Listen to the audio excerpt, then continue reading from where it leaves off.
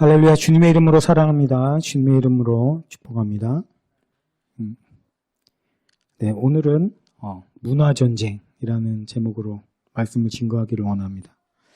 성경을 이렇게 쭉 보면 우리가 어떤 성경의 어떤 한 부분에서 그 말씀이 주시는 은혜를 우리가 묵상하고 또 나가기도 하지만 이렇게 전체적인 어떤 시각에서 그 성경을 쭉 보는 것도 굉장히 중요하거든요.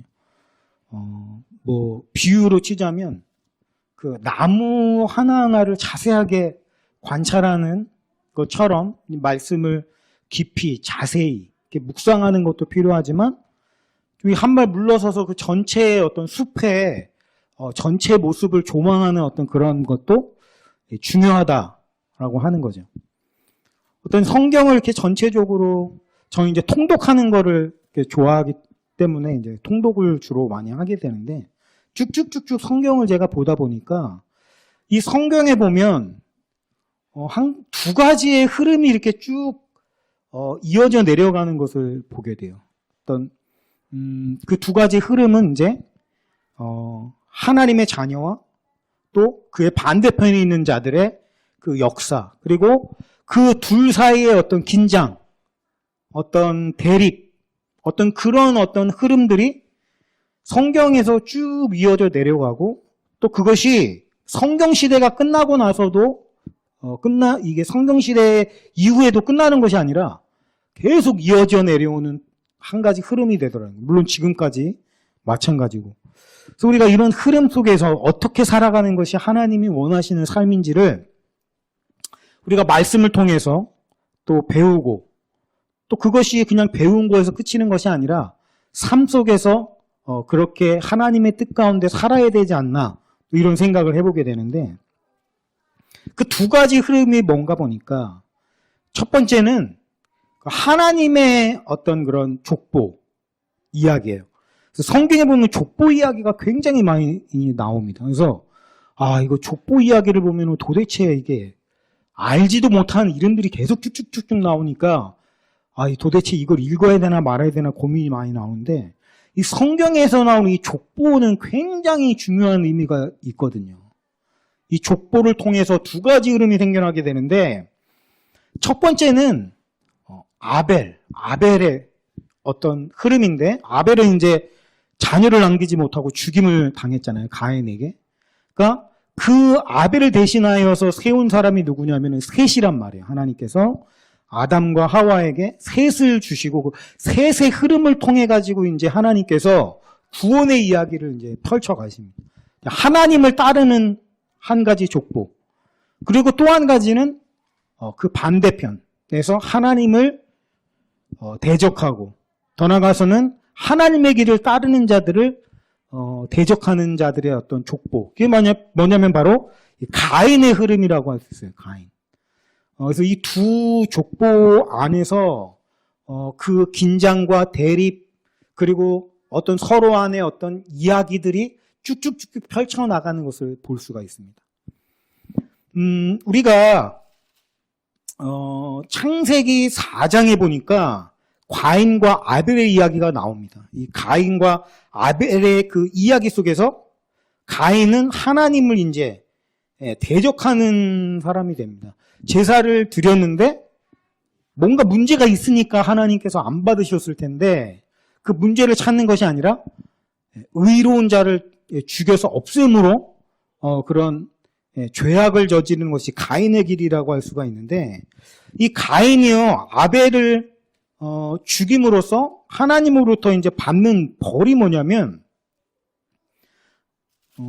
이 땅이요 이제 씨를 뿌려도 열매를 주지 않는 벌을 받게 됩니다. 4장 12절에 보니까 내가 밭을 갈아도 땅이 다시는 그 효력을 내게 주지 아니할 것이요. 그러니까 사실 이때 당시만 해도요.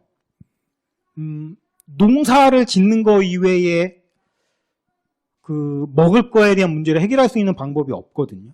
왜냐하면은 육식은 노아의 홍수 이후로 하나님이 허락하신 거기 때문에 이때까지는 그냥 땅에서 나는 곡식 또는 과일 이런 것들밖에 먹을 게 없었단 말이에요.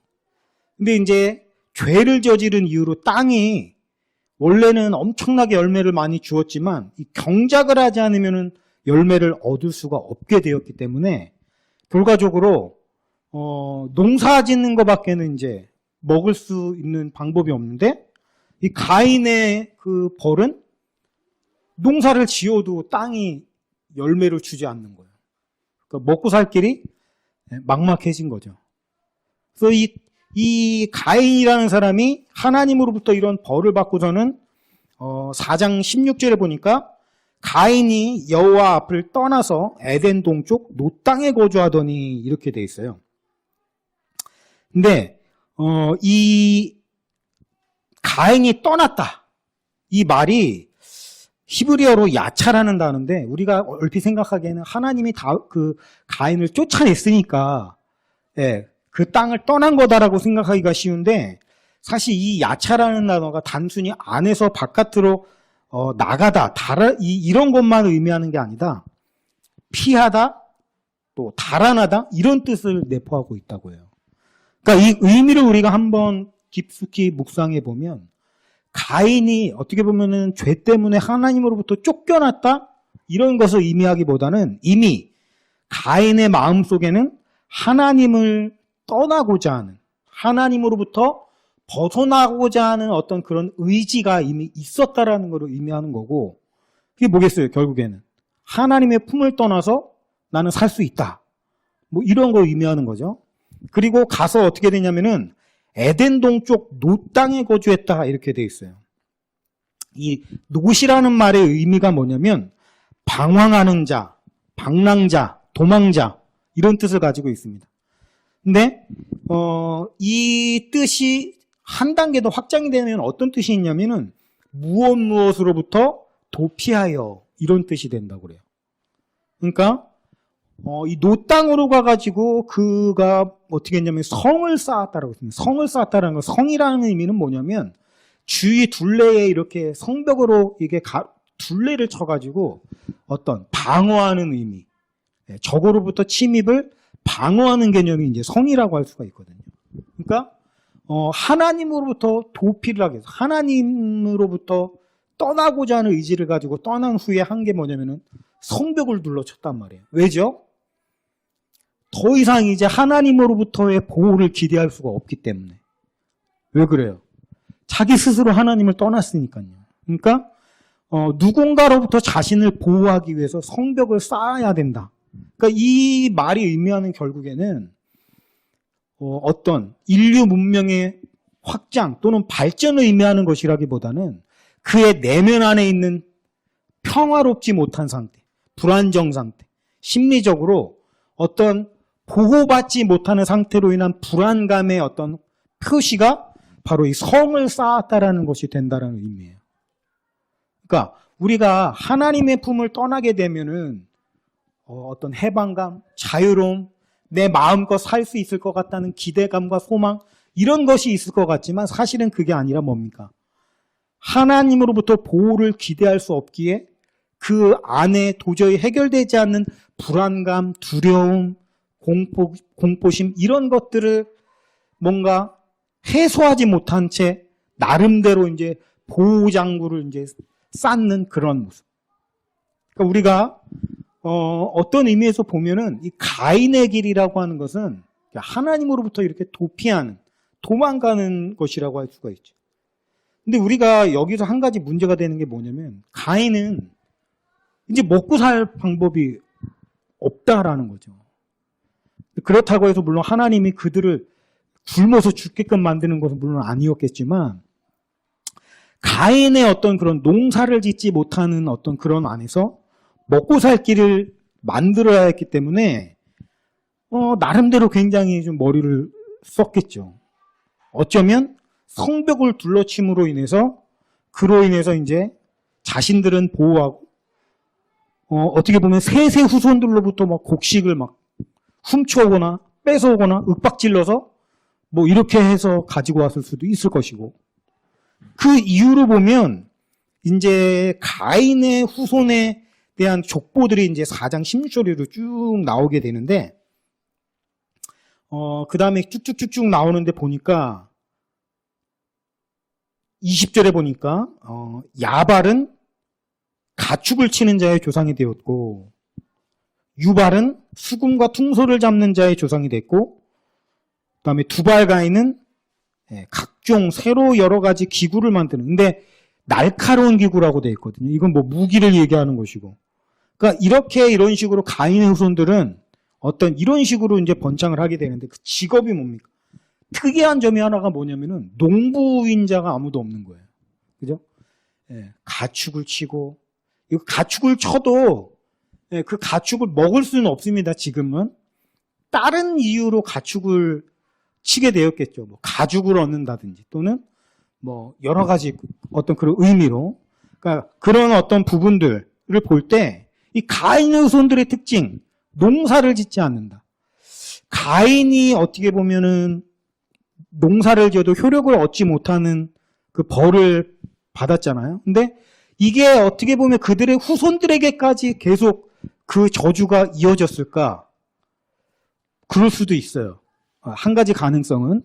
그래서 농사를 짓지 못하기 때문에 자꾸만 다른 어떤 직업을 통해서 뭐 악기를 만들어내고 무기를 만들어내고 또 뭐 가축을 치고 해서 뭐 이거를 예를 들어서 뭐겠습니까? 셋의 후손들은 계속 농사를 지었을 테니까 그들과 어떤 물물 교환을 해가지고 곡식을 얻어서 뭐 생계를 유지하는 뭐 이런 형태로 갔겠죠. 아니면 또 다른 가능성은 이거예요. 농사를 지을 수가 있어요. 예를 들어서 가인만 농사를 짓지 못하고 그들의 후손은 뭐 농사를 지을 수 있었을 수도 있어요. 근데 그들이 농사를 짓고 싶지 않았을 수도 있어요. 그죠? 이거 농사 짓는 거 그거 너무 고되고 힘들고 막 땀을 뻘뻘 흘려야 되고 수고를 많이 해야만 겨우 열매를 얻고 우린 그런 거 싫어. 농사 짓고 싶지 않아. 그래서 자신들이 자신의 의지로 스스로 농사를 지을 수 있는데 나중에는 안 지은 걸 수도 있어요. 가인은 그게 아니었겠지만. 뭐 어쨌든 가인의 후손들은 농사를 짓지 않았다는 걸 알 수가 있고 아마도 그들은 뭡니까? 장사를 통해서 무역을 통해서 물물 교환을 통해서 뭐 이런 여러 가지 것들을 통해서 식량을 얻었을 것이다. 이렇게 우리가 추론을 내릴 수가 있죠. 근데 문제는 뭐 무역 또는 장사, 물물 교환 이거 자체가 뭐 나쁜 건 아니죠. 서로에게 필요한 것들을 서로 교환함으로써 뭐 서로 윈윈하는 어떤 그런 좋은 의미의 무역이라는 개념도 있으니까. 근데 문제는 우리가 사람의 어떤 본성이 악한 본성이 있어가지고 이것을 좋은 쪽으로만 사용하지 않는다라고 하는 게 이제 문제가 있는 거죠. 생각해 보세요. 장사를 하기 시작을 하면 이게 문제가 되는 게 뭐냐면 필요한 거를 서로 교환한다. 이 정도 개념에서 멈추면은 그게 문제가 될 게 없거든요. 그런데 장사를 하게 되고 하니까 뭡니까? 자꾸만. 장사를 시작함으로 인해서 많이 만들어내서 그거를 교환하면 할수록 쌓을 수 있는 재산이 많아진단 말이에요. 그러니까 여기서부터 인간의 악한 본성이 자꾸만 드러나게 됨으로써 농사를 지어서 스스로 그거를 먹고 할 때는 그런 문제가 없었는데 장사를 시작하게 되니까 우리 안에 어떻게 내재되어 있던 어떤 그런 소유욕, 소유에 대한 갈망, 소유에 대한 욕구, 뭐 이런 어떤 인간의 기본적인 욕망들에 불을 질렀단 말이죠. 문제는 우리가 우리 자신의 욕망을 제어할 수가 없고 이 욕망에는 만족이라는 게 없다라는 게 문제입니다. 그러다 보니까 자꾸만 욕심을 내는 거죠. 더 많이 만들어내서 더 많이 교환을 하고 그리고 자꾸 재산을 쌓아두고 처음에는 식량이 필요한 데서 시작을 했을 거예요. 그죠? 식량이 필요하고 먹고 살아야 되니까 식량이 필요해서 시작을 했는데 나중에는 자기가 소유한 재산 그 자체가 어떤 이걸 통해서 먹고 살고 누리고 이런 의미가 아니라 또 하나의 권력이 되는 겁니다. 내가 더 많이 가지고 있다. 더 많이 가지고 있다. 이거 자체가 하나의 권력이 되는 거예요. 지금도 보면 그렇잖아요. 부자라고 하는 게 뭐 좋은 차를 타고 멋진 집을 가지고 뭐 이런 거 자체가 하나의 일종의 권력이 되잖아요. 그러다 보니까 뭐 흔히 갑질한다라고 하기도 하고, 그죠? 갑질 문제가 사회적인 문제가 되는데, 그러니까 이 소유라고 하는 것이 어떤 그냥 필요를 채우는 그런 개념을 벗어나서 거기에서 계급이 생기게 되고, 그로 인해서 착취가 시작이 되기도 하고, 뭐 이런 여러 가지 문제가 생기고, 더 나아가서는 이 무역에서 좋은 의미의 무역만 되는 것이 아니라 그 욕망, 더 많은 것을 소유하고자 하는 소유 욕망이 폭발을 하게 되면서 이제 좋지 못한 의미의 악한 거래들, 이런 것들이 생겨나게 되겠죠. 지금으로 묻히면 마약 같은 거. 이 마약 같은 거 보면은 조금만 약만 팔아도 또 그게 돈이 엄청나게 되잖아요. 근데 사실 그거를 팔면은 도덕성이 완전, 이거로 함으로써 사람의 인생이 망가지는 거, 이런 거 상관하지 않고 그냥 막 파는 거 아닙니까? 마약 파는 인간들이. 약간 그런 거 같은 일이 벌어지게 되는 거죠. 그래서 뭐가 생겼겠습니까? 뭐 성매매 이런 게 인류 역사 태고 쪽부터 그런 게 시작이 됐겠죠. 남자들의 어떤 성적인 욕망을 팔아가지고 그걸로 인해서 막대한 소유를 벌어들이고자 하는 시도, 또는 뭐 밀무역, 막 이런 여러 가지 것들이 생기면서 이 가인의 후손들 안에 있는 그 죄성과 욕망이 폭발하게 되면서 아마 그것이 이 죄된 형태로 마구마구 드러나게 됐고, 그게 문제가 되는 게 뭐냐면 결국엔 무역이라는 것이 서로 상호작용인데 가인의 후손들과 셋의 후손들이 서로 상호 간의 무역으로 오고 가면서 교류가 되어지고 나면서 무슨 일이 벌어지냐면 이 셋의 후손, 하나님의 자녀들이 이 가인의 후손들을 동경하는 문화가 그 안에 자리 잡게 된단 말이에요. 보니까 되게 좋아 보이거든. 향락 문화, 막 축제 벌리고, 막 성적으로 막 자유롭게 막, 그죠? 이렇게 하고, 막 이런 여러 가지 것들이, 우리는 농사 짓고 뭔가 아침 해 뜨기 전에 일어나가지고 뼈 빠지게 하고 막 이러면서 하루하루 열심히 해가지고 신경을 거두는데, 저 사람들 보니까 되게 쉽게 소유를 막 늘리고, 또 그 소유를 늘리는 것 자체가 어떤 인간의 욕망을 자극한, 한번 생각을 해보시죠. 장사를 내가 한다고 생각을 해보세요. 뭘 팔으려고 하면 전략을 짜야 되는데 어떤 전략이 되겠어? 결국에는 인간의 어떤 그런 내재되어 있는 욕망을 분출시킬 만한 걸 해소시켜 줄 수 있는 걸 만들어야 많이 팔릴 거 아닙니까? 이런 식으로 타락이 진행이 돼가는 거예요. 결국에는 이 셋의 후손은 가인의 후손의 문화를 동경하게 되고, 어떻게 됩니까? 사실 우리가 문화 전쟁이라고 말씀 제목을 정했지만 문화 간의 충돌로 인해서 전쟁이 벌어진 게 아니라 셋의 후손들이, 하나님의 자녀들이 그 악한 가인의 문화에 흡수돼 버리는 일이 벌어지게 되는 거죠. 그 결과가 뭐냐면 바로 홍수 심판이에요. 6장 2절, 하나님의 아들들이, 셋의 후손입니다. 사람의 딸들의 아름다움을 보고, 사람의 딸들의 아름다움을 보고, 이게 어떻게 보면 가인의 후손들이라고 할 수 있는데, 이게 표현이요. 하나님의 아들들이 그 사람의 딸들의 아름다움을 보고, 이 표현이 저는 상징하는 의미가 분명히 있다고 보거든요. 막 얼굴이 막, 가인의 후손들이 얼굴이 막 예쁘고 막, 뭐 셋의 후손들은 뭐 얼굴이 안 예쁘고 막 그랬겠어요?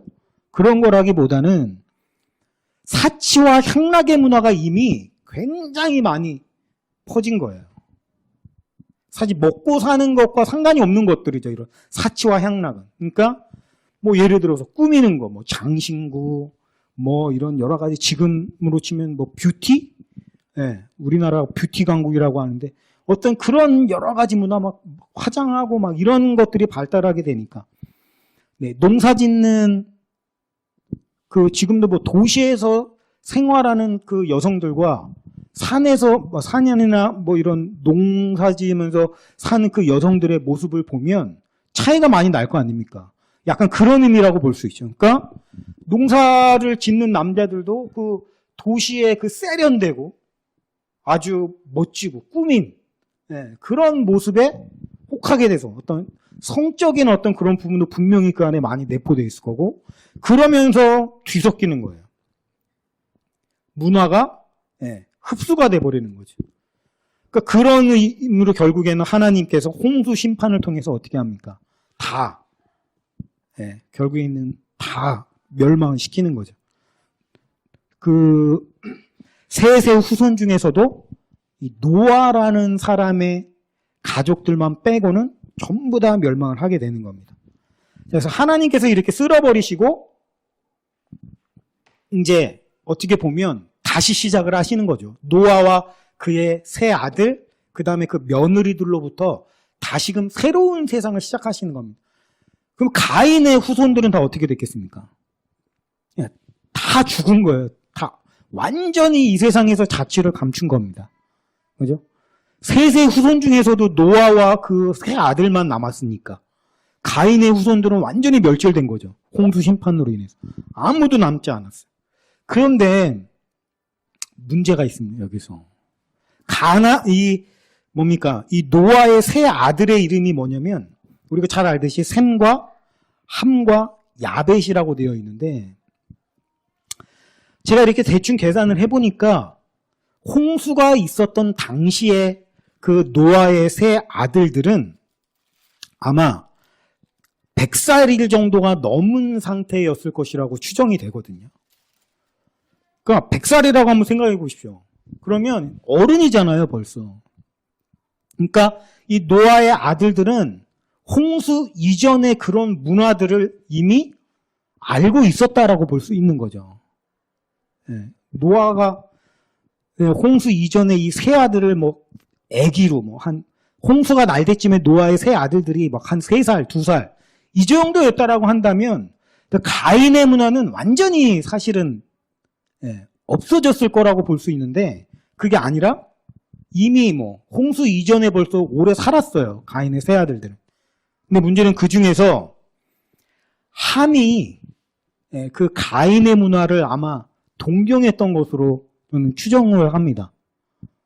왜냐하면은 이 함의 자손들을 통해서 나타나는 현상이 뭐냐면 그 가인의 문화를 그대로 반영하고 있다라는 거예요. 가인의 후손들이 했던 그 어떤 타락한 문화들, 이런 것들을 이 함의 자손들이 그대로 반영을 합니다. 똑같이. 아니, 어떻게 보면 더 발전을 시키는 거예요. 오늘 우리가 읽은 본문 말씀에 보면은 이 함의 후손들이 나와요. 우리가 그 난해 구절이라고 하는 것 중에 하나가 이제 그 노아가 세 아들을 축복하고 저주하는 과정에서 그 포도주를 먹고 되취했을 때 그 아들들이 한 행동을 보고 이제 노아가 이제 함을 저주하잖아요. 그래가지고 역사적으로 보면 진짜로 그 저주가 실제로 역사가 됐어. 사실 함의 후손들이 그쪽 에티오피아, 이런 가나안 이런 쪽으로 이제 그 아프리카 쪽으로 퍼져나가는 걸 보는데 정말 고통을 많이 당하는 족속이 됐잖아요. 그러니까 이걸 보고 겨우 이제 자기 허물을 그렇게 했다고 해서 이런 저주를 내린 건 노아가 너무 심한 거 아니냐, 이런 얘기가 굉장히 많이 있거든요. 근데 저는 그게 노아가 단순히 함의 그 행동 하나를 보고 예언을 한 것은 저는 아니라고 생각을 해요. 아마도 이 노아는 자기 아들들 안에서 가인의 후손의 문화를 동경하고 사모하고 그들을 따르고자 했던 어떤 그런 것을 이미 알고 있지 않았을까. 그것을 알고서 미리 그렇게 예언을 한 것이 아니겠는가, 저는 이렇게 생각을 하는데, 오늘 우리가 읽은 본문 말씀을 보면은 함의 족보가 나오거든요. 함의 족보. 근데 함의 아들은 구스와 미스라임과 붓과 가나안이다. 미스라임은 어디냐면 이집트입니다. 이 미스라임은 내려가서 이제 이집트가 되는 거예요. 미스라임. 그 다음에 여기에 가나안이 나옵니다. 가나안 하면 우리가 잘 아는 게 있죠. 가나안 정복전쟁이 우리 떠오르잖아요. 가나안의 정복전쟁. 그죠? 근데 우리가 읽은 그 가나안의 후손들을 보니까 이렇게 돼 있어요.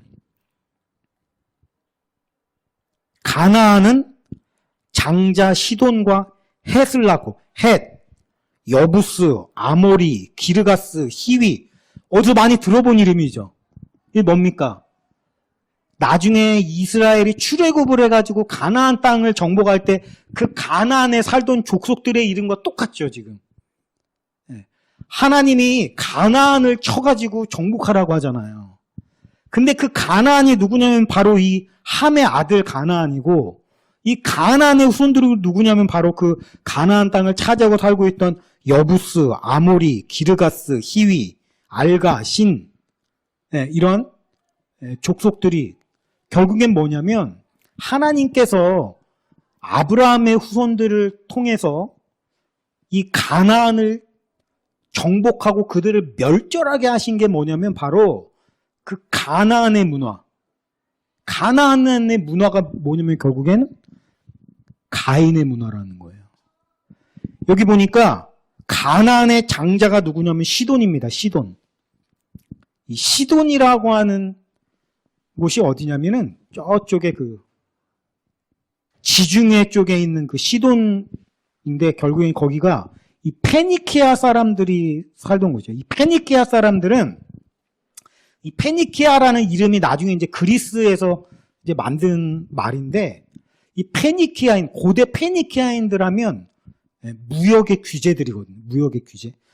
지중해 쪽으로 진출을 해가지고 그쪽에 해상 상권을 장악하고 어떤 무역으로 엄청나게 이제 돈을 쓸어 담았던 장사의 귀재들이 누구냐면 바로 이 페니키아인들인데 이 페니키아 사람이 뭐냐면 바로 이 시돈.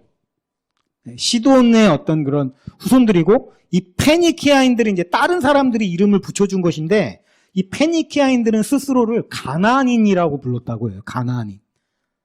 그렇죠. 자기네 조상이 가나안이니까. 근데 여기에 위에 보시면 우리가 잘 알고 있는 니므롯이라는 사람이 나옵니다. 니므롯. 알죠? 그 처음 영웅으로 불렸던 사람. 이 사람도 결국에는 누구냐면 함의 자손인데 이 니므롯이요. 이 바벨론 땅으로 가가지고 제국을 세우는데 아마도 추정하기로는 바벨탑 사건의 주동자가 니므롯인 걸로 추정이 되거든요. 그러니까 이 니므롯이 이 아내가 세미라미스라는 여자인데 그 요한계시록에 맨 나중에 보면은 이제 뭐 큰 음녀 뭐 이런 게 나오죠. 근데 아마 그게 이제 이 세미라미스를 상징하는 거라고 할 수 있는데 이 여자가 뭐냐면 우리가 지금 알고 있는 모든 그리스 로마 신화 이런 어떤 그리스 헬라와 로마 문화 안에서 그 신들의 어떤 그런 여러 가지 전설 뭐 이런 것들이 있는데 그거의 어떤 원형. 그러니까 그리스 로마의 신화도 결국에는 어디서 따온 거냐면은 이 바벨론의 그 어떤 우상 문화에서 차용해 가지고 한 건데 결과적으로 그 꼭대기에 누가 있냐면 니므롯과 세미라미스가 있어요. 그 이집트의 애굽의 어떤 그런 우상들도 보면은 뭐 호루스가 나오고 뭐 어쩌고 그런 여러 가지 어떤 그런 것들이 나오는데 우상을 만들어내 가지고 처음 시작에 홍수 이후로 우상 문화를 모든 것을 만든 그 시작이 바로 니므롯과 세미라미스라는 거예요. 니므롯이 죽고 나서 이 세미라미스라는 여자가 악녀죠.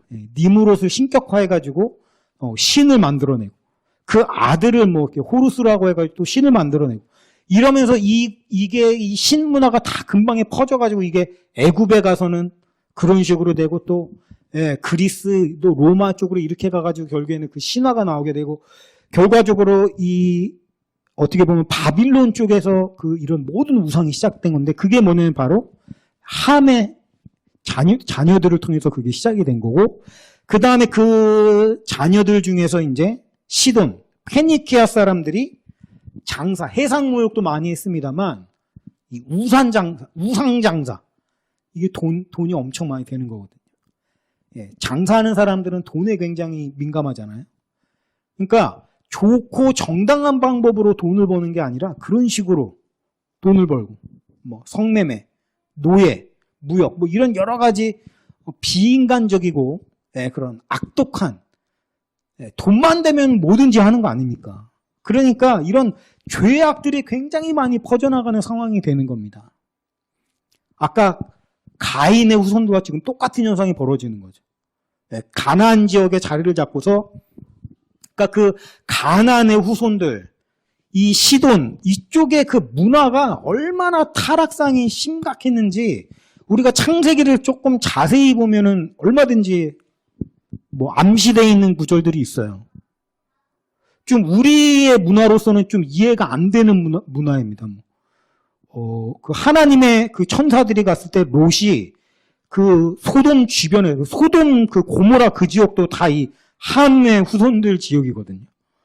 그러니까 그 소돔과 고모라가 너무 타락해가지고 하나님이 또 심판을 하잖아요. 그러니까 다 가나안이랑 지금 다 연결이 돼 있어요. 그러니까 그들이 얼마나 타락을 했든지 천사들을 숨겨주니까 다 따라와가지고 뭡니까? 그 사람들 내놓으라고. 남녀노소 할 것 없이 따라와가지고 내놓으라고 하는데 그 이유가 뭐냐면은 동성연애 하겠다고. 그래서 처음 마을에 나타난 사람과는 뭐 동성연애를 하겠다 뭐 이런 거예요. 이 정도로 타락한 문화입니다. 그리고 뭐 나중에 그 보면은 우리로서 이해가 되죠. 막 그 손님들을 내놓으라고 하니까 한다는 말이 우리 딸이 있는데 우리 딸을 주겠다 이런 얘기는 우리가 현대적인 개념으로 지금 이게 이해가 됩니까? 딸을 내주면은 그 바깥의 사람들이 딸을 다 막 융간한다는 거예요. 이게 지금 우리 시대 문화로는 이해가 안 되는데 그런 게 어떻게 보면 자연스러웠던 문화라고 볼 수 있는 거예요. 그만큼 악독하고 정말 하나님 보시기에 정말 추악한 그런 어떤 문화들을 가지고 있었다고 할 수 있어요. 그러니까 꼭 우리가 그 페니케아인들 이 뭡니까? 가나안의 후손들이 뭐 장사를 했다, 무역을 했다고 해서 그게 나쁘고 악하다라는 얘기가 아니라 항상 그렇잖아요. 좋은 것도 나쁘게 쓰는 게 이게 악한 사람들이거든요. 아주 악하게 밀무역 뭐 이런 여러 가지 안 좋은 것들을 다 뭐 돈이 되면 무조건 비인간적이고 아주 무자비한 일을 서슴지 않게 벌이면서 그 안에서 온갖 타락상들이 엄청나게 자리를 잡게 됐다는 거예요. 그러니까 그거를 하나님이 보다 못해서 하신 게 뭐냐면 가나안을 완전히 멸하는 거였어요. 그러니까 지금 흐름이 똑같잖아요. 가인의 후손이 타락해가지고 악이 찼을 때 하나님이 홍수 심판으로 지금 다 쓸어버렸죠. 그런데 그걸로 끝이 나야 되는 이 함이라는 이 죄악을 동경하던 아마 함과 그 아들 가나안이었겠죠. 가나안이 그 죄악을 동경한 나머지 그 가인의 문화를 그대로 흡수해가지고 그쪽 지역에 또 계속적으로 하나님 보시기에 추악하게 짝이 없는 짓들을 계속 벌여나가니까 하나님이 참으시다가 이제 뭡니까? 아까 홍수 심판과 마찬가지로 이스라엘 셋의 후손이죠. 아브라함의 후손들을 통해서 다시금 하나님께서 이 가나안을 멸절시키시고 완전히 끊어내는 그런 어떤 방법을 취하신 거예요. 아까 우리가 봤듯이 가인의 후손들은 홍수로 하나도 씨앗이 남지 않고 완전히 멸절됐죠. 그런데도 이 가나안이라는 한 사람을 통해서 그 문화가 다시 삽시간에 퍼진 거예요. 그러니까 이 죄악된 문화를 완전히 철저하게 끊어내는 게 지금 얼마나 중요한 건지를 다시 한번 말씀드리고 싶은 겁니다. 그러니까 이스라엘은요, 인정사정 볼 것 없이 이 가나안을 완전히 지금 멸절시켜야 되는 사명을 가지고 있는 거예요. 왜요? 그게 안 되면 그 타락의 끝은 어떻게 말로 표현할 수가 없기 때문에 그런 겁니다. 그래서 하나님의 명령을 받고 여호수아를 통해서 어떻습니까? 이 가나안을 완전히 멸절시키죠. 이거는 이스라엘에게 하나님의 그 땅을 준다. 이거는 뭐 그 다음 문제고 일단 가나안을 멸절시키는 게 하나님의 뜻이란 말이에요. 근데 우리도 잘 알듯이 이스라엘이 어떻게 했습니까? 가나안을 완전히 멸절시켰나요? 그러지 않았다라는 게 문제예요. 그러지 않았어요. 문제는. 아까 보세요. 가인의 후손을 다 완전히 싹쓸이했는데도 이 함과 가나안이라는 그 아주 여리디 여린 그 한 줄기를 통해서 삽시간에 그게 퍼졌는데 많이 남겨놨어요, 이스라엘이. 그걸 보고 배우지를 못했어요. 아마도 자신들이 행하는 일이 무엇인지를 아마 잘 몰랐던 게 아닐까라고 생각이 이거는 우리에게 땅을 주시기 위한 전쟁이야. 이렇게 생각했는지도 모르죠. 근데 사실 거기에는 더 중요하고 큰 뜻이 있었는데 남겨놨어요. 남겨놔서 어떤 일이 벌어집니까? 홍수 이전에 일어났던 일이랑 똑같은 일이 벌어지잖아요. 남겨두었더니 하나님의 자녀인 이스라엘이 그 가나안의 문화를 동경하기 시작을 하게 되고 그들의 주신인 바알을 섬기게 되고 그러면서 어떻게 돼요? 또 뒤섞여 버려요. 홍수 심판이 그것 때문에 일어났는데 똑같이 그런 뒤섞여 버린 일이 일어났단 말이에요. 자, 보세요. 제가 왜 문화전쟁이라고 했겠어요? 우리가 이 정도 흐름을 보면, 그래서 결과적으로 이스라엘은 어떻게 됐어요? BC, 주전 722년에 북이스라엘 완전히 멸망했죠. 그것 때문에 가나안인들을 남겨놓은 것 때문에 결과적으로 멸망한 겁니다. 똑같은 일이 벌어져가지고. 역사는 반복된다고 하잖아요. 하나님의 아들들이 사람의 딸이 아름다움을 보고 같이 그들과 결혼해서 그래가지고 문화가 뒤섞여서 멸망했는데 결과적으로 이스라엘도 가나안을 멸절시키지 않고 그들과 뒤섞이면서 그들의 문화를 동경해서 결혼하고 문화가 뒤섞여버리면서 결과적으로 720년에 북이스라엘 멸망했죠. 또 주전 586년에 남유다까지 멸망하면서 결국엔 이스라엘이 멸망하게 되잖아요. 홍수와 똑같은 일이 또 벌어지는 겁니다. 그 이후로 어떻게 됩니까? 이제 하나님께서 예수 그리스도를 통해서 이제는 어떤 혈통, 육적인 혈통이 아니라 뭐예요? 이제 영적인 혈통으로 하나님의 자녀들을 만들어 가시는데 그 영적인 혈통이라는 게 뭐냐면 결국엔 언약과 믿음. 원래가 그렇습니다. 하나님의 계획은 어떤 육적인 혈통이 아니에요. 아브라함의 후손이다라고 하면 아브라함의 어떤 그런 육적인 혈통으로 내려오는 것을 의미하는 것이 아니라 하나님의 약속을 믿는 믿음. 하나님이 말씀하시고, 그죠? 자, 아브라함에게 아들이 많거든요. 이스마엘이 있죠. 이삭이 있죠. 그 다음에 그 사라가 죽고 나서 그두라라고 하는 여인을 또 이제 부인으로 맞아들여가지고 거기서도 또 많이 낳거든요, 아들을. 네, 아브라함의 후손이라고 해서 다 아브라함의 후손이 아니에요. 하나님께서 이삭의 후손을 통해서 이끌어 가실 것이다 말씀하시고 그 말씀이 언약이고 그로 인해서 이삭의 후손들이 하나님의 혈통이 되는 거예요. 그리고 이삭의 아들도 에서와 야곱이 있는데 에서의 후손은 또 하나님의 혈통이 아니에요. 왜냐하면 하나님이 작은 자를 큰 자가 섬길 것이다 말씀하셨고 그것은 언약이 됐고 그 언약으로 인해서 이스라엘의 후손들만 하나님의 혈통이 되는 거예요. 그러니까 중요한 건 하나님의 말씀과 언약이지 뭐 육적인 씨앗이 아니란 말이에요. 그들과의 후손은 아브라함의 자녀지만 하나님의 언약과는 상관없는 족속이에요. 그러니까 언약이 중요한 것이다. 그래서 그 이후로 보세요. 두 번째도 실패했죠. 가인과 뒤섞여서 홍수, 가나안과 뒤섞여서 이스라엘 멸망.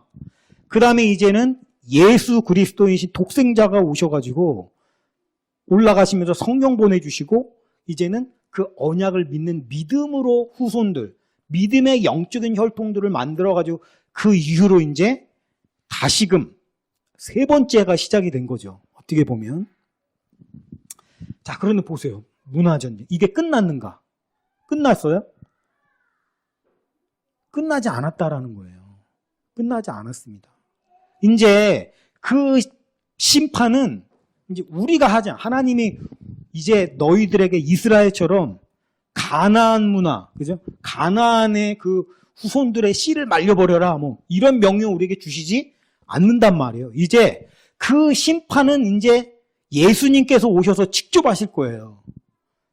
이거는 이제 우리가 할 일이 아니에요. 그 가나안의 그 문화를 그 멸망시키는 건 이제 우리가 할 일이 아니고 우리가 할 일은 뭡니까? 두 번의 실패를 바라본 우리가 해야 될 일은 이제 그들이 밟았던 전철을 또다시 밟지 않는 것이란 말이에요. 보니까 여기에 막 그런 거 나옵니다. 어디예요? 성령의 열매. 갈라디아서 5장에 보니까 성령의 열매가 있고 성령의 열매 이전에 있냐면 육신의 열매가 막 나와요. 5장 19절에 보니까 육체의 일은 분명하니 곧 음행과 더러운 것과 호색과 우상숭배와 주술과 원수 맺는 것과 분쟁과 시기와 분냄과 당짓는 것과 분열함과 이단과 투기와 술취함과 방탕함과 또 그와 같은 것이라. 이게 뭡니까? 가나안 문화예요, 바로. 육체의 일, 성령의 일, 육체의 일, 우리가 많이 듣는 개념이죠. 이게 지금 보니까 결국에는 육신의 일은 가나안의 문화이고 영의 열매, 오직 성령의 열매는 사랑과 희락과 화평과 오래 참음과 자비와 양성과 충성과 온유와 절제니. 우리가 따라가야 할 영적인 혈통은 바로 이런 성령의 열매인 것이고, 보세요. 지금 두 문화가 있죠. 육체의 열매와 성령의 열매. 이 두 가지 사이의 문화 전쟁인데 우리가 앞선 예에서 알 수 있듯이 육체의 열매, 가나안의 문화는 하나님의 자녀들의 문화를 그냥 가만히 놔둬요, 안 놔둬요? 가만히 놔두지 않습니다, 이들은. 이들은 어떻게든 우리를 자기에게 흡수시켜서 동화시키려고 지금도 우리를 미혹하고 유혹하고 끊임없이 공격을 한단 말이에요. 그래서 뭡니까? 전쟁입니다, 전쟁. 그래, 우리는 너네랑 다르니까 너네는 너네끼리 살고 우리는 우리끼리 살게. 이런 게 아니란 말입니다. 그렇게 놔두면 문제가 될 게 뭐가 있겠어요. 그냥 너희는 너희들끼리 살아. 우리는 우리들끼리 살게. 근데 문제는 처음에 셋의 후손들이 그랬던 것처럼 우리 안에 가인의 문화를 동경하고자 한 그 가인의 문화를 부러워하고 동경하는 내 안에 내재되어 있는 악한 욕망이 있다란 말이에요. 이게 우리의 본성을 얼마나 잡아 끄는지 몰라요. 그러니까 그게 미혹돼가지고 쫓아갔죠. 마찬가지죠. 이스라엘도 이 가나안 문화가 얼마나 매력적인지, 자꾸 그냥 아름다워 보이고 좋아 보이고 왠지 화려하니까 즐거워 보이고 내 안에 욕망도 분출시킬 수 있을 것 같고, 그러다 결국에는 또 휩쓸려가지고 뒤섞여서 같이 멸망했잖아요. 우리도 마찬가지입니다. 갈라디아서 5장 22절에 이렇게 돼 있어요. 그 육의 열매가 쭉 나오면서 하는 말이 뭐냐면, 이런 일을 하는 자들은 하나님의 나라를 유업으로 받지 못할 것이요. 여러분, 가나안 문화에 휩쓸려가지고 육적인 본성에 따라서 이리저리 휘둘리며 사는 하나님의 사람, 그걸 하나님의 사람이라고 부를 수 있을지 모르겠지만 그런 사람은 하나님의 나라를 유업으로 받지 못합니다. 이거 지금 우리가 죽고 사는 문제예요. 이게 중요한 문제입니다. 어떻게 해야 되겠어요? 필사적으로 지금 싸워야 됩니다. 우리 힘으로 이길 수 있는 게 여러분, 우리가 경험적으로 다 압니다. 여러분이 의지로 그거 이길 수 있어요? 예를 들어서 험담하는 거, 여기 보니까 험담도 있고, 분냄, 당짓는 거, 분열, 분쟁과 시기, 이런 거 내가 없애보려고 내 의지로 하니 마음대로 되던가요? 같이 모여가지고 남 험담하고 욕하는 게 얼마나 즐거워요. 그 안에 아주 묘한 매력이 있어요. 술취함과 호색, 방탕. 참, 저 요즘에 막 미치겠어요. 막. 우리나라에서 일어나고 있는 성범죄들 나 보면 나 미칠 것 같아요, 진짜로. 그 어린아이들, 연약한 여성들, 그 미친 인간들이 제정신이 아니어가지고 막 한 여성의, 한 어린아이의 인생을 파괴하거나 이런 일들 보면 막 돌 것 같아요, 진짜. 이거 어떻게 해야 돼요, 도대체? 이게 다 뭡니까, 지금? 가나안의 문화가 깊숙이 침투해가지고 지금 이성이 마비돼갖고 그 욕망에 그냥 자기를 이리저리 휘둘리면서 살아가는 세상이에요, 지금. 각종 뭐 포르노 이런 뭐 문화, 예, 성매매, 우리나라 그 남자들의 성매매 그 실태 보면 그거 아주 일반적으로 다 침투해 있고요. 남자들의 그 성의식을 보면, 예, 그냥 뭐 성매매 이런 육적인 이런 거는 개의치 않는 그런 문화가 이미 우리나라 안에도 엄청나게 자리를 잡고 있다니까요. 여성분들이 알면은 충격을 받을 정도로. 이게 가나안의 문화가 우리 안에 얼마나 지금 깊숙이 들어와 있는 거예요. 교회 안에? 교회 안에 성매매 실태를 한번 조사해 보면 어떨까요? 뭐 이런 여러 가지 어떤 호세, 음란, 뭐 시기, 분쟁, 분냄 이런 것도 교회 안에 없어요? 이미 가나안의 문화가 우리 안에 얼마나 깊게 뿌리 깊게 침투해 와 있냐고요. 교회가 아니라 교회를 가장한 바알을 섬기는 거였다. 아마 이런 얘기도 있잖아요. 바알이 뭡니까? 물질적인 풍요예요. 물질적인 풍요. 교회를 다니는데 하나님의 자녀라고 하는데 하나님을 따르는 게 아니라 물질적인 풍요로움을 위해서 하나님을 섬기는 사람들이 얼마나 많냐고요. 가나안의 문화가 우리 교회 안에 얼마나 깊숙이 침투해 와 있냐고요, 지금. 우리가 끊어냈어요, 그거를. 못 끊어내는 것보다 안 끊어내요. 왜? 그게 좋으니까. 겉으로는 하나님 섬긴다고 하면서. 이스라엘이 그랬죠. 우리는 하나님의 자녀야. 예루살렘 무너질 일 없어. 예루살렘 하나님이 계신 도성인데 무너질 리가 있어? 근데 무너졌어요. 왜요? 하나님이 스스로 떠나신 거예요. 마찬가지죠. 교회도 얼마든지 그럴 수 있는 거예요. 심판은 예수님이 하십니다. 예수님이 하셔요. 근데 심판하실 때 내가 예수님 편에 있지 않을 수 있어요. 예수님이 나를 보시고 너는 내 양이 아니다라고 그러실 수 있다고요. 뭐 예수님이 오시면 뭐 그런 게 많다면서요. 깜짝 2번 깜짝 놀란다고. 저 사람이 왜 천국에 있지 해서 1번 놀래고 저 사람이 왜 지옥에 있지 해서 2번 놀란다는 거예요. 몰라요. 간다고 자신할 수 없단 말이에요. 우리가 해야 될 일이 뭡니까? 성령을 의지해서 철저하게 이 가나안 문화, 이 장사꾼들 욕망을 부추겨가지고 광고 한번 보세요. 욕망을 부추겨가지고 그냥 사기꾼 만들어내는 게 광고 아닙니까?